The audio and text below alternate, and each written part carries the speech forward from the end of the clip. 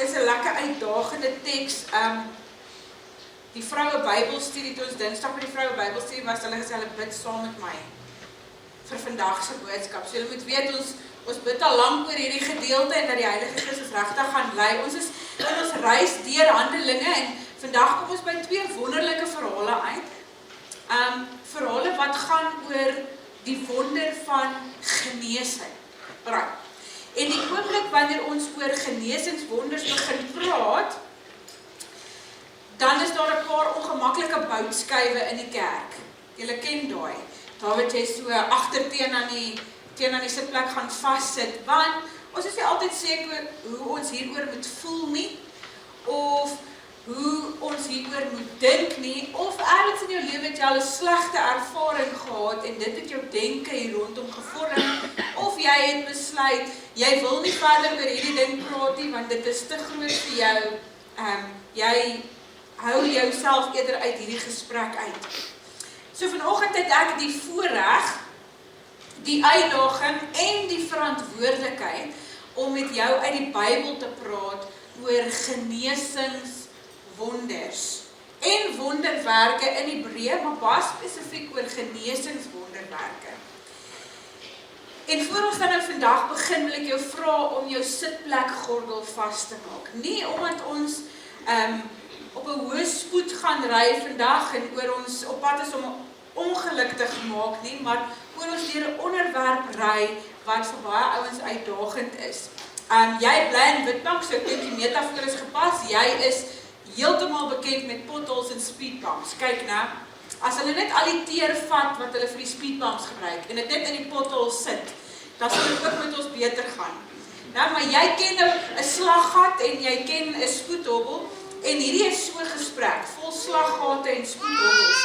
En want dit raak ons diepste persoonlike ervarings, dit raak ons diepste persoonlike teleurstellings, dit raak 'n klomp vrae wat ons het, en dit raak so aan 'n stukkie hoop wat jy dalk vandag in jou het. So, gordel jouself in, en so met die Bybel in ons hand, gaan ons vandag hierdie onderwerp probeer navigate. Is jy saam met my? Is jou seatbelt aan? Okay. So wanneer ons praat oor genesingswonders, is daar hierdie 2 kante van die spektrum. Okay? Aan die een kant het ons, soos ek nou gesê het, skeptisisme, en ons het weerstand.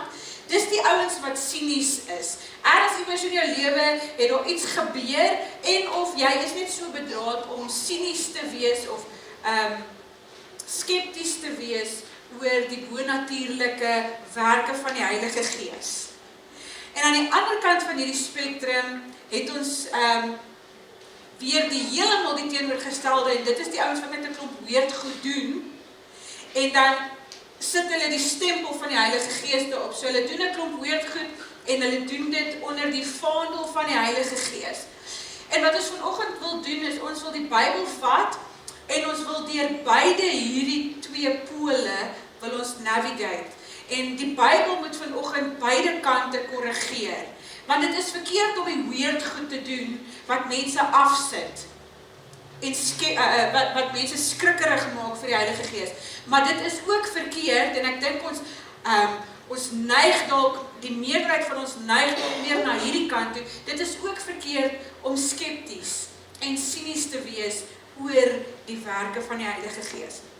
Nou, ons is 'n Bybelkerk, ons sê dit baie keer vir mekaar, ons glo die Bybel is die woord van God, ons glo die Bybel is die gesag vir hoe ons oor die lewe moet dink en hoe ons moet leef. So wat die Bybel vir ons oor wonderwerke en genesing sê vandag, dit wil ons glo, en dit wat die Bybel nie vir ons leer nie, dit wil ons verwerp. Maar dit bygesê wil ek net hê, jy moet besef, jy kom met jou eie storie en jou eie ervaring in hierdie gesprek in. En jy kan 'n fantastiese, goeie, positiewe ervaring hê, of jy kan 'n baie slegte, negatiewe ervaring hê. En ek wil jou sommer net vanoggend attent maak op die vooropgesteldheid waarmee jy vanoggend hierdie teks gaan lees. Die vooropgesteldheid wat al klaar in jou gees begin skop het toe ek hierdie tema nou ingelei het. En ek wil hê jy moet daai vooropgesteldheid net gou-gou op jou skoot kom sit.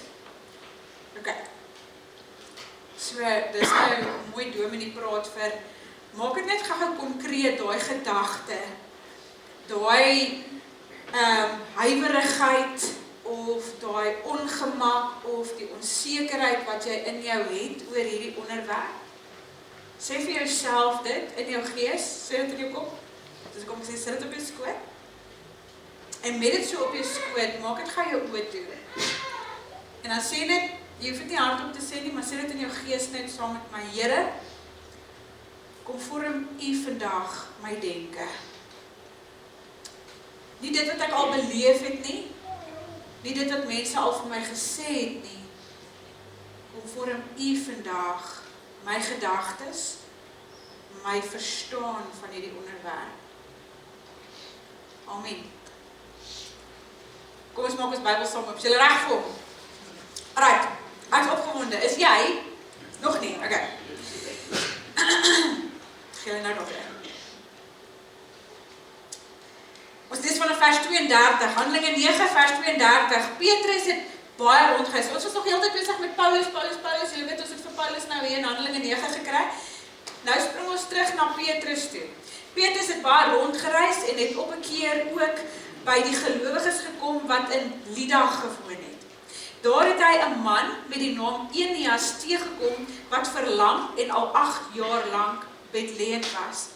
Eneas, sê Petrus toe vir hom, Jesus Christus maak jou gesond. Staan op en maak jou bed op.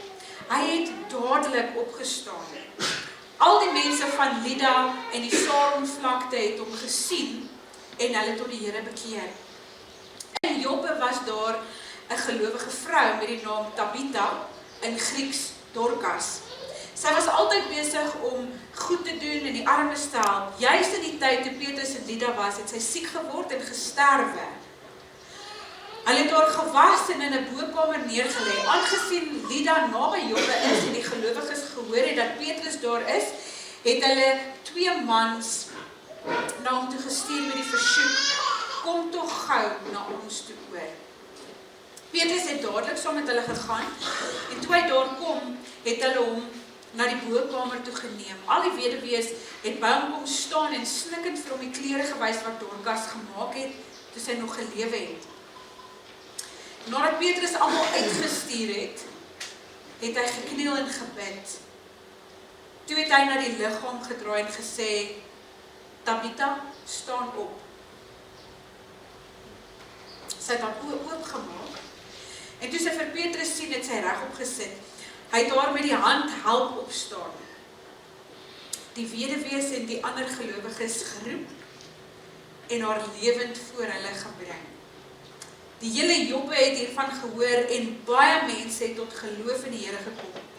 Petrus het 'n geruime tyd daar in Joppe gebly by 'n sekere Simon, 'n leerlooier. Okay, is jy nou al opgewonde? Ek nie meer. Ek wil hierdie net soos 'n voetnootjie inwerk. Voor ons bietjie oor die onderwerp gaan praat en is Petrus het nie vir Eneas gesond gemaak nie. Jesus Christus het. Petrus het nie vir Dorcas opgewek nie. Dis belangrik. Jesus het. Baie keer dink ons, wanneer ons vir iemand wat siek is moet bid, ek kan nie vir hierdie persoon bid om gesond te word nie. Ek is nie heilig of vroom genoeg nie. Ek is nie godvreesend genoeg nie. Ek het net vanoggend op pad werk toe 'n paar lelike gedagtes gehad toe ek in die verkeer gesit het. Ek kan dit nie doen nie. Hier is die belangrikste ding wat jy sekerlik vanoggend kan hoor is, wonderwerke, genesings, die werking van die Heilige Gees deur jou, gaan nie oor jou nie. Dit doen nie. Dit het absoluut niks met jou geestelike posisie of rang te doen nie. Dit gaan alles oor Jesus en waartoe Jesus in staat is. En nieuwsflash, Jesus is almagtig. Met ander woorde, daar's niks wat buite sy mag is nie. Almagtig. Dit gaan nie oor jou nie. Okay, so voor ons enige iets oor genesing kan sê, moet ons eers iets oor siekte sê. En is hierso waar ons nie altyd lekker gemaklik is om te praat daaroor nie, of oor hierdie punt. Voor ons kan vra, waarom is daar genesing? En hoe lyk genesing? Moet ons eers die vraag antwoord, waarom is daar siekte? En die eerste ding wat ons vir mekaar moet sê is, dat siekte nooit deel was van God se oorspronklike skepingsplan.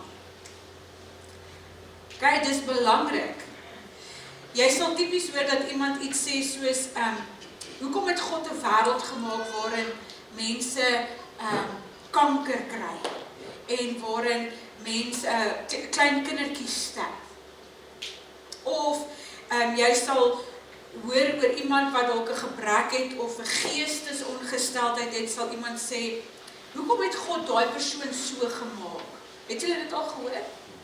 Mense so praat, hoekom het God? Die eenvoudige antwoord vanoggend is, God het nie. God het nie. Die wêreld wat God geskep het was goed en perfek en alles het reg gewerk. Maar as gevolg van sonde leef ek en jy nou in 'n wêreld waar niks perfek werk nie. Waar alles as ware gebroken is, stikkend is. Hierdie wêreld waarin ek en jy bly, is nie die volmaakte wêreld waar alles is soos wat God dit wil hê nie. Hierdie is 'n gevalle wêreld waar niks is soos God dit eintlik wil hê nie.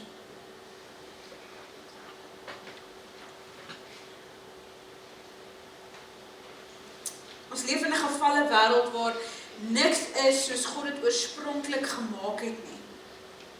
En om siekte en dood en gebrek op God te blameer is Bybels ongegrond.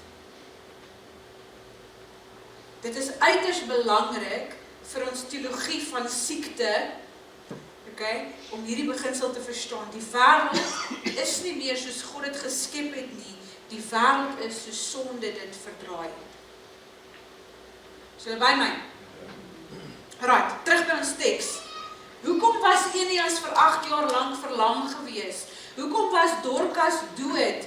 Omdat sonde God se geskape wêreld en sy volmaakte skepping kom infiltreer het en verwoes het. Dis hoekom.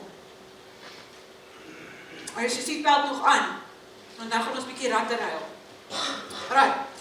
So in ons Bybelse teologie van siekte het ons nou net vir mekaar gesê dat sonde God se oorspronklike ontwerp vir die wêreld kom verander het. En dis is sonde die rede vir siekte en dan gevolglik ook dood. Ek het nou die dag 'n interessante ding gelees waar hulle sê, hulle kan regtig nie eintlik vasstel hoekom mense oud word nie. Daar's geen rede hoekom 'n liggaam moet ouer word nie. As ek met selfs iemand wat gereeld oefen en gesond eet en al die regte gewoontes het, word oud en gaan dood. En ons geen wetenskaplike verklaring daarvoor nie.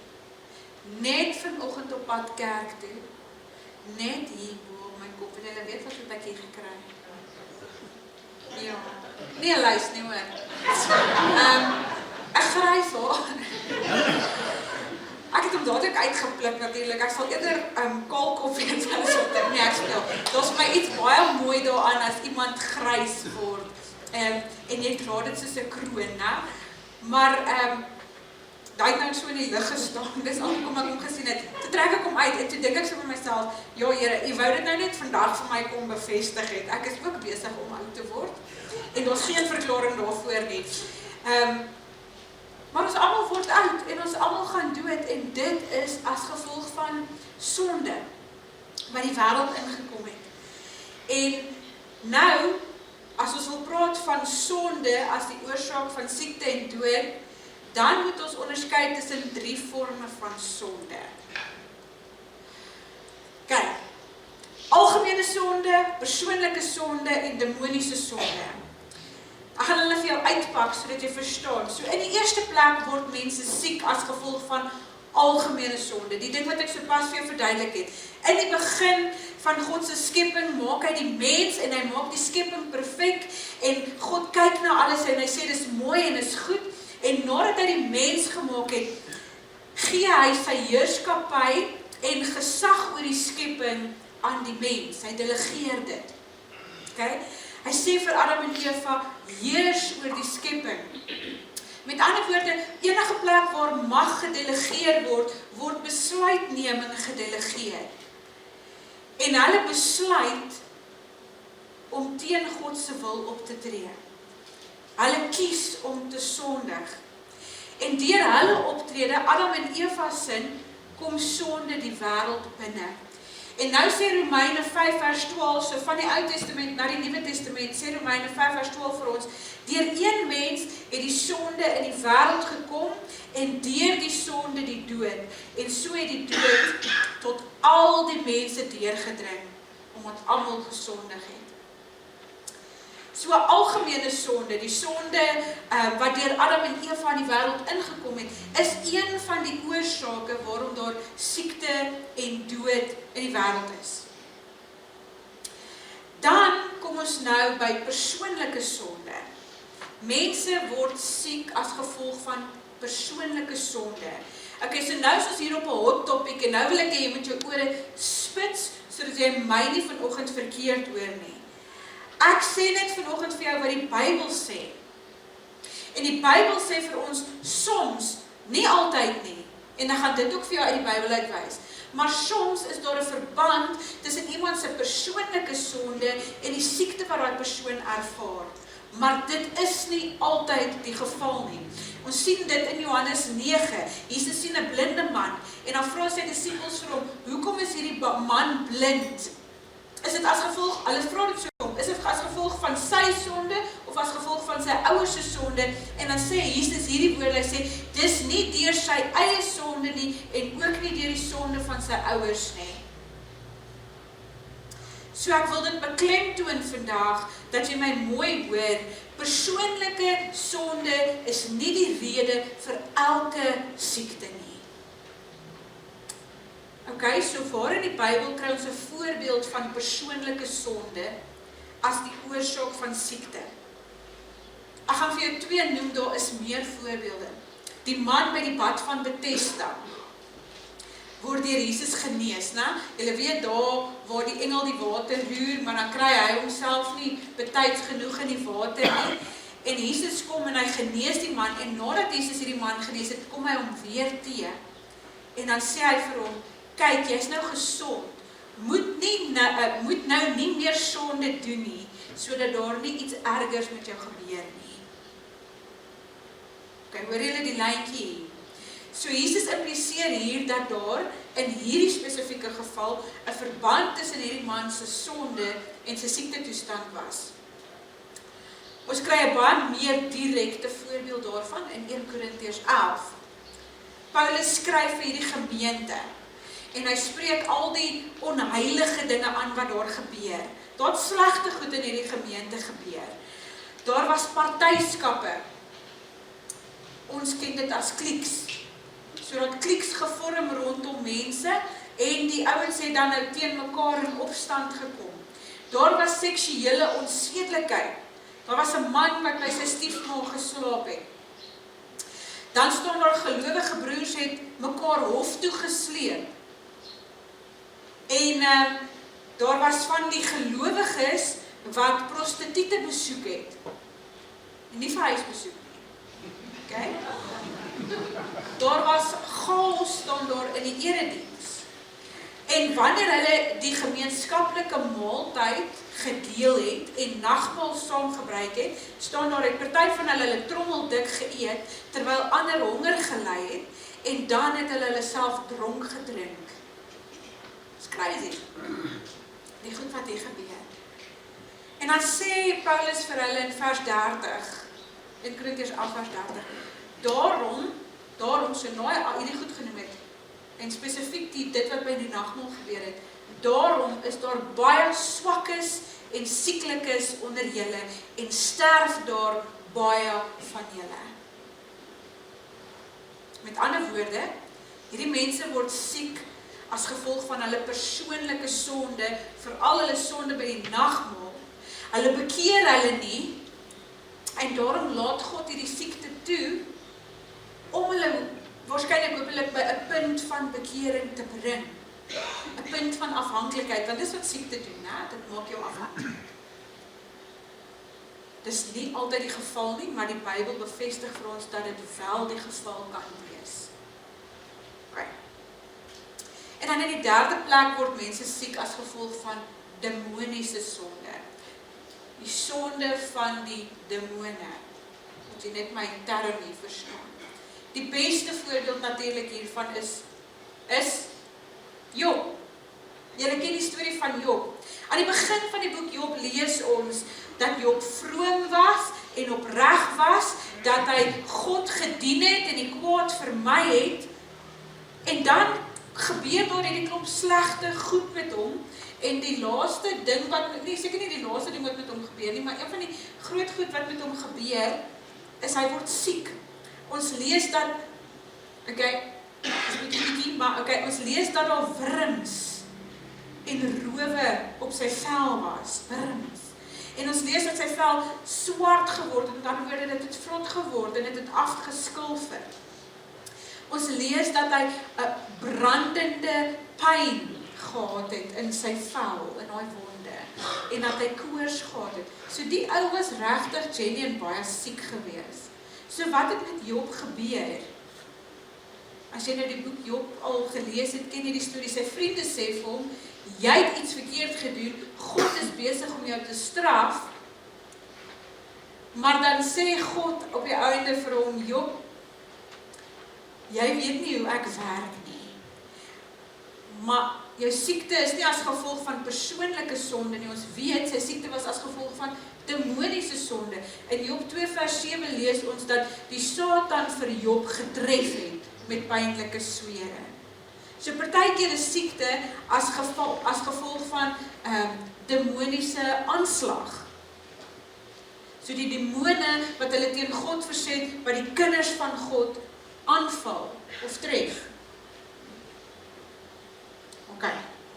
Daar's nog 'n klomp sulke voorbeelde in die Nuwe Testament, maar ek gaan volstaan, ek dink Job sinne sê dit vir ons baie mooi. So elke siekte wat ons in hierdie wêreld ervaar, is as gevolg van een van hierdie 3 redes. Party siektes kom bloot omdat ons in 'n gefalle en 'n gebroke wêreld leef. Party siektes hou verband met persoonlike sonde en party siektes het 'n demoniese komponent. Is 'n demoniese aanslag. En genesing in al 3 gevalle lyk ook anders. Iemand wat siek is as gevolg van algemene sonde, het medikasie nodig. Iemand wat siek is as gevolg van persoonlike sonde, het bekering nodig. En iemand wat siek is as gevolg van demoniese sonde, het bevryding nodig. Maar hier is die wonderlike ding. Reg deur die Nuwe Testament sien ons dat God al 3 hierdie tipes siektes genees in die naam van Jesus. So nie een van hierdie 3 forme van siek wees is buite God se genesingsmag nie. Okay. So nou het ons 'n teologie van siekte.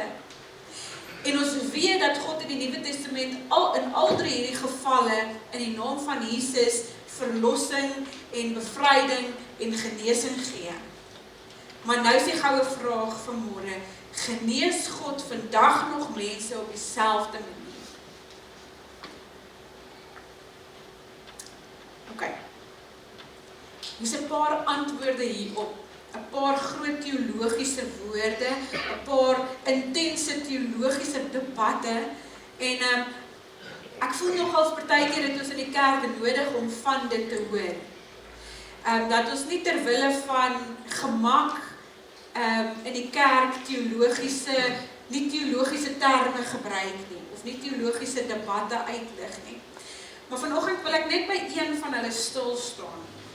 Ons kry verskillende teologiese strominge hier, waarvan die mees prominente ene cessationisme is. Nou, dit is 'n anglisisme vir cessationism. En dit kom van die woord cease, om te cease ophou. So cessationisme glo dat die gawes van die Gees net apostolies was. So dit was net vir die apostels.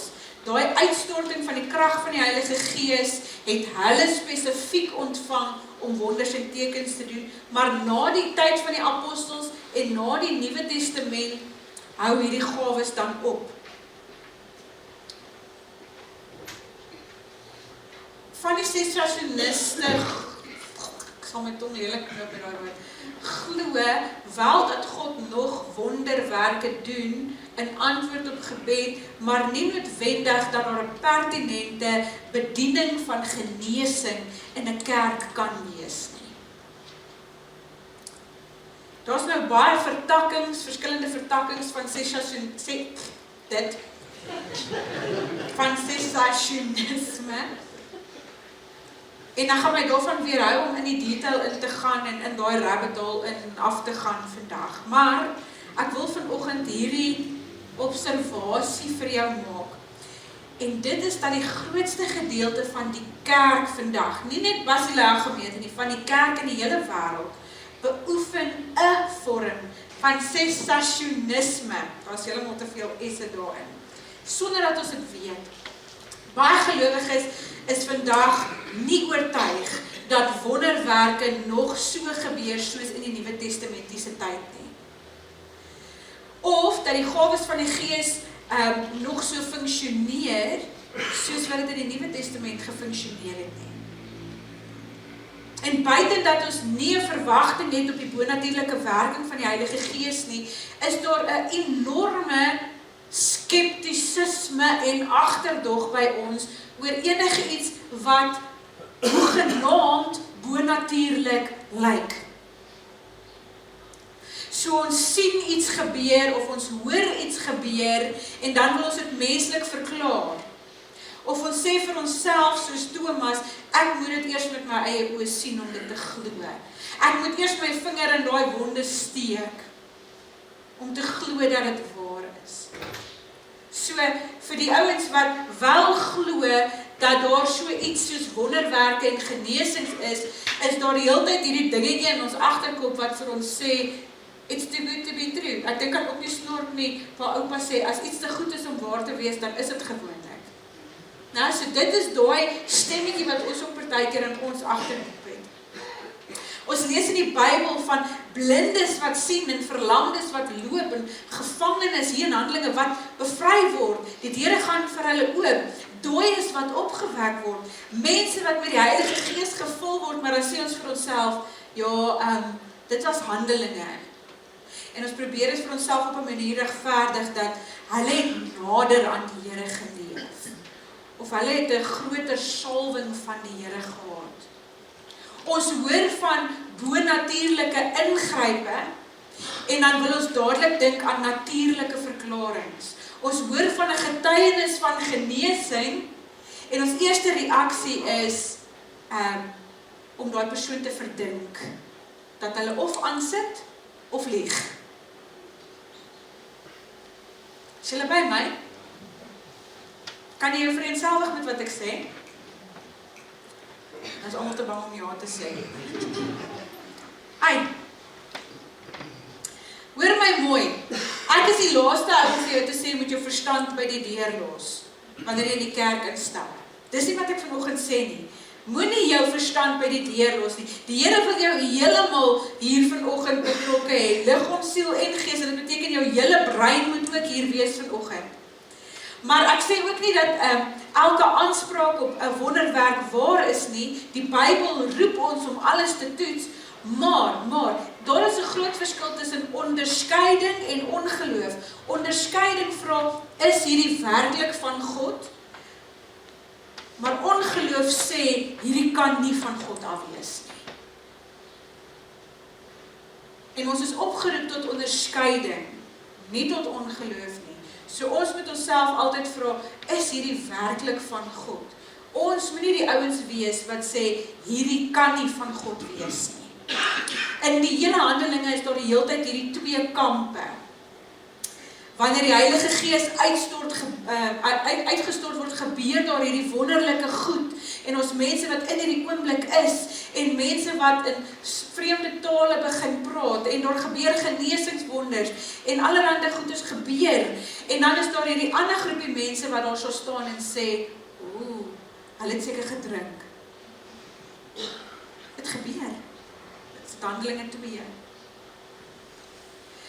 Nou ek wil vanoggend vir jou vra, in watse kamp wil jy wees? Wil jy in die kamp wees waar die wonderwerke gebeur, of wil jy in die kamp wees waar die ouens lag en 'n bespotting maak van daar waar die Heilige Gees werk?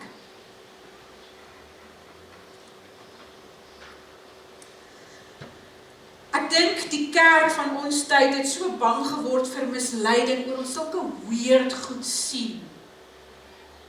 Ek dink aan die doom, letterlik D-O-O-M, profeet, was het ryd, ek kan nie onthou nie, wat die ouens met doom gespuit het, of die ou wat dis extreme gevalle, né? Maar dit is in ons agterkop, maar dit gebeur hier op ons voorstoep. Die ou wat die ouens laat petrol drink het en laat gras eet het, onthou julle dit? Of hierdie genesingsbedienings, wat hulle die sale vol pak, dan staan die ou daar voor en dan loop hy en dan bid hy en dan stamp hy jou so. Het julle dit ook al op die TV gesien of ergens al gesien? Dis die hele tyd in ons kop, né? So ons het so bang geword vir misleiding, dat ons oorhaal na die verkeerde kant toe. En die verkeerde kant is dat ons die moontlikheid van God se bonatuurlike, werkende krag uitsluit. En die tragiese gevolg, dit het nie net 'n reperkussie in jou eie persoonlike geloofslewe nie, dit het 'n reperkussie in die kerk se lewe, maar ook 'n reperkussie in die koninkryk van God en in die wêreld daar buite, want die tragiese gevolg is, nou leef ek en jy, daar waar 2 Timoteus 3 vers 5 waar word oor ons. Wat staan in 2 Timoteus 3 vers 5? Ek gaan dit weer sê, 2 Timoteus 3 vers 5, onthou dit, want jy wil nie daar wees nie. Daar staan, in die laaste dae sal hulle nog die uiterlike skyn van godsdienst hê, maar die krag van die godsdienst sal hulle nie ken nie. Wat beteken dit? Dit beteken, ons glo dat God kan genees, maar ons verwag nie dat hy gaan nie. Ons glo die Heilige Gees bestaan, maar ons leef asof Handelinge 'n geskiedenisles is en dat ek en jy nie werklik in die tyd van God se wonderwerkende krag leef nie. Hoekom is dit so sleg? Ons glo dan mos nog. Dis sleg want reg deur die Nuwe Testament word die evangelie en wonderwerke aan mekaar verbind. Onlosmaaklik. In Markus 16, na Jesus se opstanding, dan sê hy vir sy disippels, hy sê vir hulle, die volgende wonderteken sal voorkom by die wat glo. Kwalifikasie, die wat glo. In my naam sal hulle bose geeste uitdrywe, in ander tale sal hulle praat, met hulle hande sal hulle slange optel, en as hulle iets drink wat dodelik giftig is, sal dit hulle geen kwaad aandoen nie. Hulle sal siekes die hande oplê, en die sal gesond word.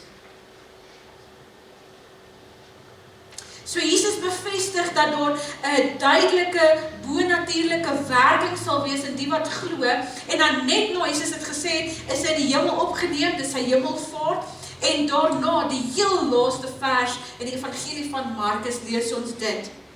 Hulle het toe die evangelie oral gaan verkondig, en die Here het met hulle saamgewerk, en hulle prediking bekragtig deur die wondertekens wat daarop gevolg het.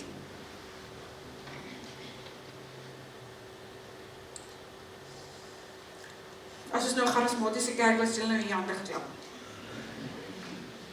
Lekker nou, dit maak my opgewonde, dat dit die laaste vers is, met ander woorde, die to be continued, waarvan ek en jy deel is dit, dat die Here met ons saamwerk, want die Heilige Gees is in ons, en dat die Here ons prediking bekragtig deur wondertekens wat daarop volg. So die bonatuurlike werking van die Heilige Gees dien hierdie doel om die getuienis van die evangelie van Jesus te versterk. Met ander woorde, die Bybel leer ons dat wonderwerke eintlik uiters belangrik is. Want wanneer God genees, wanneer God herstel, wanneer God bevry, dan dien dit altyd dieselfde doel as hier in Handelinge 9, en dit om jou terug te bring na Handelinge 9 toe Eneas word genees, Dorcas word opgewek en wat gebeur? Mense kom tot geloof. Dis die uiteinde van die wonderwerk. Die wonderwerk is nooit die einddoel nie. Die genesing is nooit die einddoel nie. Jesus is. Wonderwerke dien die doel om mense na Jesus toe te wys. En ek wil versigtig sê, dat wanneer 'n wonderwerk met jou gebeur, dan gaan dit ook nie oor jou nie, maar dan dien dit die doel om die mense om jou na Jesus toe te wys. So wanneer ek en jy vandag na die wêreld rondom ons kyk, en ons sien die volslae afvalligheid, mense wat van God weet, maar wat God verwerp, moet ons onsself die vraag vra, en nou moet jy vashou aan jou seat, want hier gaan ons oor 'n spoedhobbel. Die vraag is, het die kerk nie skuld hieraan nie? Ons man, yes, die mense daar buite is sleg. Kyk hoe min sit ons in die kerk vandag. Maar het die kerk nie skuld hieraan nie? As ons vra waarom so baie mense vandag God verwerp en eerder ateïsme kies of agnostisisme, kyk dis nou die nuutste onder die jongklop. Agnostisisme, ek glo in 'n groter wese, maar ek weet nie heeltemal of dit die God van die Bybel is nie. As ons vra waarom mense God verwerp en skuif na ateïsme en agnostisisme en ongeloof, dan lê die antwoord in die feit dat hulle nie meer die bonatuurlike werking van die Heilige Gees in die kerk sien nie. Onder gelowiges sien nie. Die manier om die wêreld te bereik is nie om meer soos die wêreld te word nie. Want dit het die kerk homself ergens wys gemaak. Ons moet in die wêreld, maar nie van die wêreld wees nie. So, ons vat die trends en ons trek dit aan. Ons probeer soos die wêreld wees en lyk, sodat die wêreld net gemaklik is as hulle by daai deure instap. Maar die manier om die wêreld te bereik is nie om meer soos die wêreld te word nie. Mense kom kerk toe oor hulle op soek is na iets anders.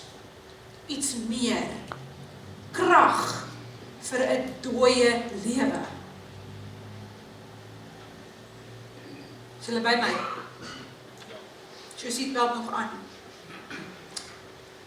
As ons die vraag vra, doen God vandag nog wonderwerke en genesings, dan kan ek nie die Bybel lees en nee antwoord nie.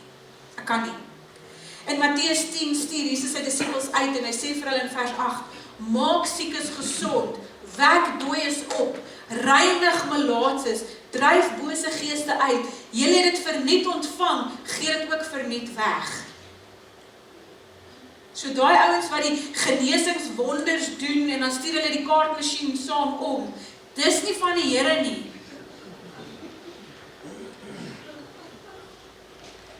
In Jakobus 5 vers 14 staan daar, met ander woorde na Jesus, is nou in die kerk se tyd.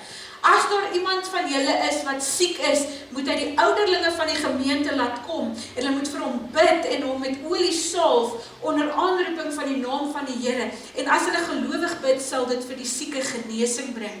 Die Here sal hom gesond maak. As hy gesondig het, sal dit hom vergewe word. Weereens die persoonlike sonde konneksie. Maar dis nie wat jy hier moet hoor nie. Wat jy hier moet hoor is die Here sê,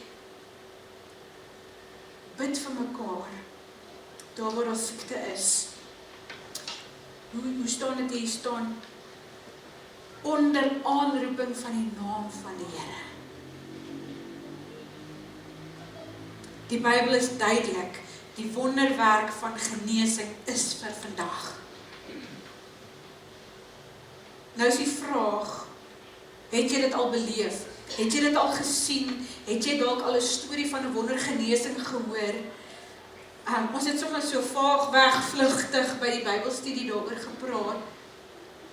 En ons moes ons brein 'n bietjie rek om by so 'n wonderverhaal uit te kom. En toe het ons agtergekom dat ons kyk baie keer die wonder van God se werke mis. Maar as jy dit nog nie beleef het nie, of dit al gesien het nie, of al so 'n storie gehoor het nie, gaan ek dit vandag vir jou wys. Nou sweet julle. Wat gaan die dominee nou doen? Nie worry nie. Okay, ek gaan vir jou 'n storie vertel, en dan gaan ek vir die opname speel van 'n wondergenesing. So die storie is die storie van Dwayne Miller. Hy was, ek dink omtrent vir 20 jaar lank in die bediening en hy was vir 3 jaar lank in 1990, so toe ek gebore is, was hy die senior pastoor by die Baptiste Kerk in Texas. En dan word hy siek met 'n gewone griepvirus, maar die griepvirus tas sy stembande aan en dit beskadig die senuweestelsel in sy keel. En oor 'n tydperk van 3 jaar, volgens sy eie getuienis is op sy website, het hy meer as 63 spesialiste gaan sien. Ek is seker die mediese fonds het hom afgeskop. Hy sê, maar ons betaal nie meer vir jou nie. Okay, 63 spesialiste en hulle spanne dokters. Hy sê self, oor die 200 dokters in totaal het hom gesien. Niemand kon hom help nie. Hy sê, en jy gaan dit self hoor, sy stem het geklink soos 'n baie erge geval van laryngitis. In 1991 het sy stem so swak geword, hy moes bedank. En toe trek hy en sy vrou Houston toe. En hy gaan doen 'n werk waar hy nie sy stem nodig het nie. En sy enigste betrokkenheid toe nou nog by die kerk was dat hy en sy vrou by 'n Bybelskoolklas by hulle kerk in Houston ingeskakel het. Net as 'n ou wat in die klas sit, hy bied nie die klas aan nie. En op 'n dag het die leier van die Bybelskool tyd afgevat en hulle is toe nou genoodsaak om iemand te kry om die klas aan te bied. En hulle vra toe vir hom, en hy protesteer toe eers, want hy sê vir hulle, dit gaan moeilik wees, die mense gaan my nie hoor nie, maar die inspanning vir hom om te praat is so erg, dat het hom uitput, dit maak hom eintlik siek as hy sy stem so moet forceer. Maar hulle dring toe daarop aan, en hy neem die klas waar. En dan die oggend van 17 Januarie 1993, hy sê dit, was hy nie lus om klas te gaan nie, so hy het eers voor die tyd gekyk of iemand anders nie die klas wil aanbied nie, en hy kon nie 'n plaasvervanger kry nie, toe besluit hy gaan maar. En die les wat hy moes aanbied, gaan oor genesing. Maar, ek raak so opgewonde, ek kry sommer, as man deur is amazing, en hy is besig hier om oor Psalm 103 te praat, en elke klas is op kaset opgeneem, dis hoekom ons die opname vandag het, en wat ek nou vir jou gaan speel, is die oomblik wat Dwayne Miller genees is, maar wat ek wil hê jy moet hoor, luister wat hy besig is om oor te praat, wanneer die wonderwerk gebeur. Is hulle reg? Okay. Dit is net die bevestiging vandag vir jou, dat God vandag nog wonderwerke doen. Het ons die bewys.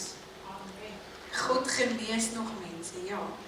Die krag van die Heilige Gees was nie net vir die apostels en vir die kerk in Handelinge nie. Dit is vir jou en vir my, dit is vir vandag, en ek en jy moet op die krag van die Heilige Gees staan. Nou moet ons in dieselfde asem 'n baie belangrike ding vir mekaar sê. Want ons loop die gevaar om hierdie gedeelte in Handelinge 9 te lees en na hierdie boodskap te luister vandag en te dink, die groot doel van die Christelike lewe is dat ons wonderwerke moet beleef. Dit is nie. Die doel van die Christelike lewe is nie genesing nie. Die doel van die Christelike lewe is nie wonderwerke nie. Die doel van die Christelike lewe is nie om bonatuurlike ervarings te jaag nie. Die doel van die Christelike lewe is Jesus. Hoekom sê ek so? Want dink net gou vir 'n oomblik saam met my. Eneas is genees, maar daar het 'n dag aangebreek wat hy gesterf het. Dorcas is wel uit die dood uit opgewek, maar daar het 'n dag aangebreek wat Dorcas weer gesterf het. Ek het 'n bietjie daar gaan dink. Ek het gedink as ek dood was en ons my weer lewendig gemaak sou kwaad gewees het. Asof hulle gesê het, ek moet julle my nie net gelos waar ek was nie. Elke genesing in die Bybel was tydelik. Al daai ouens het dood gegaan. Selfs Lazarus is opgewek om net weer later te sterf.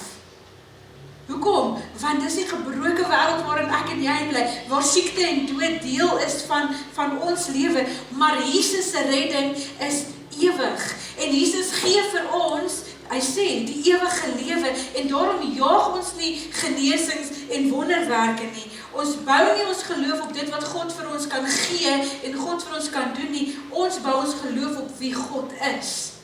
Want as jou geloof op 'n wonderteken gebou is, wat gebeur die dag wanneer die wonderteken nie kom nie?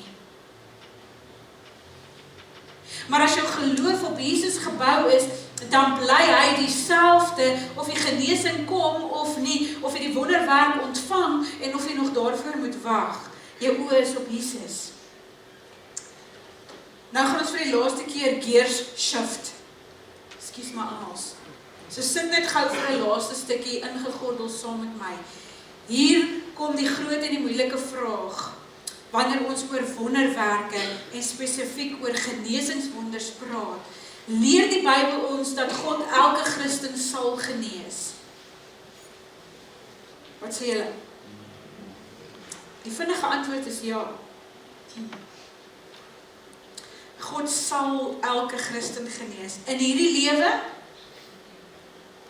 Nee, nie nodig nie. So dis waar jou nee inkom. So is baie van julle wat vandag hier sit, en miskien worstel jy self met 'n siekte, miskien is jy op hierdie stadium, op daai plek in jou lewe, of jy het vir iemand gebid, vir 'n wonderwerk, wat nie gebeur het nie. Jy het by die Here gepleit, maar dit het nie gebeur soos wat jy gevra het nie. En nou wonder jy, het jy iets verkeerd gedoen? Jy sal dikwels die argument hoor, en dit is onbybels. Jy moet net genoeg geloof hê. Of jou geloof moet net sterk genoeg wees. En as jy dan nie gesond word nie, of die ou vir wie jy bid word nie gesond nie, dan is dit eintlik jou eie skuld, want jy het nie hard genoeg of groot genoeg geglo nie. Dis onbybels. Weet jy dat daar gevalle in die Bybel is waar mense nie genees was nie? Gevalle waar die wonderwerk nie gekom het nie. In 2 Timoteus 4 vers 20 sê Paulus, hy skryf 'n brief en dan sê hy in die brief, hy los vir Trofimus siek in Milete agter. Dieselfde Paulus wat wonderwerke beleef het en deur wie Jesus mense genees het, dieselfde Paulus wat vir Eutychus opgewek het nadat hy uit die venster uitgeval het, skryf nou dat hy vir Trofimus siek agterlaat. Die wonderwerk het nie vir Trofimus gekom nie. Nog 'n interessante teksgedeelte wat daarop dui dat iemand nie dadelike genesingswonder ontvang het nie, is weer eens Paulus wat vir Timoteus skryf in 1 Timoteus 5 en dan sê hy gee hom raad, hy sê drink 'n bietjie wyn vir jou maagkwale. Ek meen, jy sê nou dink Paulus sal hom eerder genees het, né? Met ander woorde, ou Timoteus het gesukkel met sy maagse gesondheid en hy is nie daarvan genees nie. Paulus self is die beste voorbeeld vir ons hiervan. Paulus bekeer iets, hy praat van 'n doring in sy vlees. Ons is nie seker wat dit is nie. En hy sê self, dis 'n demoniese aanval op sy gesondheid. En dan in 2 Korintiërs 12 sê hy het 3 keer gebid dat God hom sal genees. En 3 keer het God dit nie gedoen nie. Maar dan sê God vir Paulus, daai bekende woorde, my genade is vir jou genoeg. My krag kom juis tot volle werking wanneer jy swak is. So wat maak ons hiervan? Ons gevolgtrekking vandag moet dit wees. Ons glo God genees. Ons verwag dat God genees. Ons bid dat God genees. Maar selfs wanneer God nie doen nie, nie doen wat ons gehoop het hy sou doen nie, bly God steeds goed. I believe you are able, I believe you are good. Ons het gesing, bly God steeds goed en bly hy steeds God en is hy steeds waardig om deur my verheerlik te word. Hoekom vertel ek vir jou van die wonderwerke en die genesings wat nie gebeur het nie? Want hierin lê vir ons die Bybelse balans. Ek en jy hoef nie vanoggend tussen twee uiterstes te kies nie. Ons hoef nie te sê, God doen nie meer genesingswonders nie, maar ons hoef ook nie te sê, as jy nie genees word nie, het jy nie genoeg geloof nie.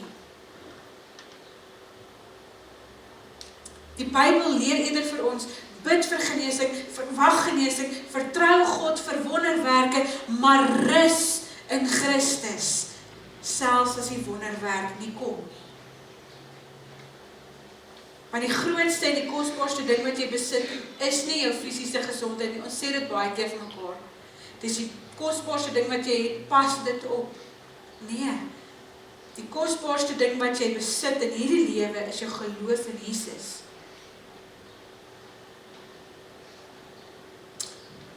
So hier is die gevolgtrekking. God genees elke Christen op een van 3 maniere. Of onmiddellik deur 'n wonderwerk, of geleidelik deur medikasie, of éventueel in die ewigheid.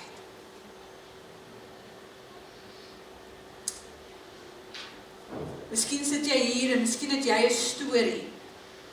Net soos ek vanoggend. 'n Storie van iemand vir wie jy lief was, wat siek geword het. Miskien is jy self siek vanmôre. Iemand vir wie jy gebid het vir genesing. En jy het regtig gebid. Jy het jou voor God verootmoedig. Jy het gevas. Jy het hard gebid. Jy het gepleit vir jou geliefde by God. Jy het geglo hy kan dit doen. Maar toe antwoord God nie jou gebed soos wat jy gehoop het nie. En miskien het daardie ervaring jou teologie oor genesing en oor wonderwerke kom skeef trek. En miskien het daai ervaring 'n stuk ongeloof en skeptisisme in jou kom wakker maak. Of miskien het jy al snaakse goed gesien en gehoor, mense wat vreemde goed doen onder die vaandel van die Heilige Gees, en dit maak jou ongemaklik, so ongemaklik dat jy nie aan hierdie onderwerp met 'n tang wil vat nie. Dan wil ek jou vandag vra om jou gedagtes, daai emosies, daai teleurstelling, daai skeptisisme na die Here toe te bring. En vir die Heilige Gees vanoggend te kom vra om dit te kom regtrek, daar waar jou ervaring, jou verstaan van sy bonatuurlike mag kom skeef trek het. Moenie vanoggend jou teologie baseer of bou op dit wat God nie gedoen het nie. Bou jou verstaan van God op wat die Bybel vir ons sê hy gedoen het, op wat hy beloof het om weer te doen. Want God is gister, vandag en môre dieselfde. En moenie bang wees om te vra vir 'n wonderwerk. Ons mag. Die Here sê, as ons as aardse ouers weet om goeie goed vir ons kinders te gee, soveel te meer hy wat ons hemelse Pa is. Hy wil hê ons moet kom, hy wil hê ons moet vra. Ons moet so oortuig wees van God se vermoë om te doen wat menslik onmoontlik is, dat ons nie skaam is om vir siek mense te bid nie. Nie skaam wees om te bid en te vra nie. Ek gaan jou so 'n oomblik gee om so net met die Here te praat. Miskien is daar 'n stuk seer wat jy vanoggend vir die Here moet gee. Miskien is daar iets waarvoor jy met boldness uit die troonkamer van die Vader moet storm vanoggend om te vra. Miskien wil jy sommer net vanoggend jou oor op die Here se bors kom sit. Dan gaan ek nou vir jou so 'n oomblik tyd gee. Sal jy vir ons so ietsie speel? En dan sal ek vir ons afsluit met gebed.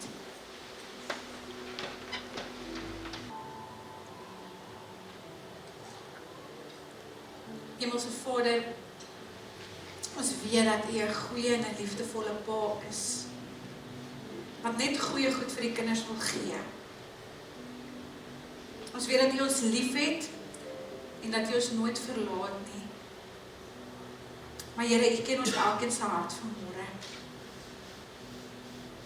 U weet hoe iemand dalk gebid het vir daai geliefde van hom of haar, hoe hy sy gepleit het by U, en steeds het die wonderwerk nie gekom nie. Miskien voel dit vandag vir daai persoon so bietjie asof U hom of haar verlaat het, U rug op hom gedraai het. En dan is dit vanmôre my gebed, Here, dat U herstel sal bring. Herstel in geloof en in vertroue in U. Ek bid vir 'n nuwe en 'n vars salwing van die Heilige Gees oor Basileia gemeente en in die besonder oor elkeen wat vandag hier is. Here, ons glo in heilige voorsiening, ons glo nie in toeval nie. En daarom glo ons dat U vandag met elkeen wat hier is, 'n afspraak gehad het. Dankie dat U ons hier kom ontmoet. En dat U net vanoggend in ons elkeen se gees weer bevestig dat U 'n wonderwerkende God is. En dat niks buite U bonatuurlike mag is nie. Mag ons nooit vergeet, Here, dat U wonderwerke doen nie. Mag ons nooit tevrede daarmee wees om net godsdienst te beoefen sonder die krag wat ons geloof moet vergesel nie. Here, kom stort die krag in ons uit, sodat ons die evangelie ook met krag kan verkondig. Gee, Here, dat ons nie wonderwerke sal najaag nie, maar eerder die wonderwerker. Ons verklaar vandag dat in hierdie wêreld is ons geloof in U vir ons die belangrikste. Soos my vra, Abba Vader, kom maak ons teologie van wonderwerke en van genesing sommer net weer vars vanmôre, sodat ons nie sal vaskleef aan ou teleurstellings nie, en sodat ons nie die gees twyfelagtig sal raak nie, maar sodat ons sal vasstaan op U goedheid, U almag en U ongewonde liefdevol.